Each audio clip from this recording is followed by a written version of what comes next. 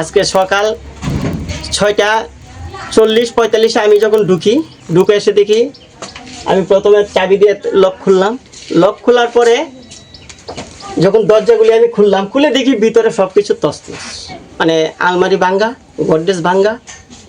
সঙ্গে সঙ্গে আবার ওইটাকে বন্ধ করে দিলাম, দিয়ে আমি থানাতে ইনফর্ম করলাম, এসএমসি কমিটিকে জানাইলাম। তারা আসলো, তারা এসে যা করার। টাকা বলতে এটা তো মর্নিংয়ে তো আসলে টাকাই একটু আসছিল, সামনে সরস্বতী পূজা। তো সরস্বতী পূজার উপলক্ষে আমরা চাঁদা কালেকশন হয়েছে। তো এখানে আমার হিসাব যা হয়েছে 4,680 টাকা আমার একটা লকারে ছিল। ওই লকারটা ওরা ব্যাঙ্কে দিয়েছে, ব্যাঙ্কে টাকাগুলো নিয়ে গেছে।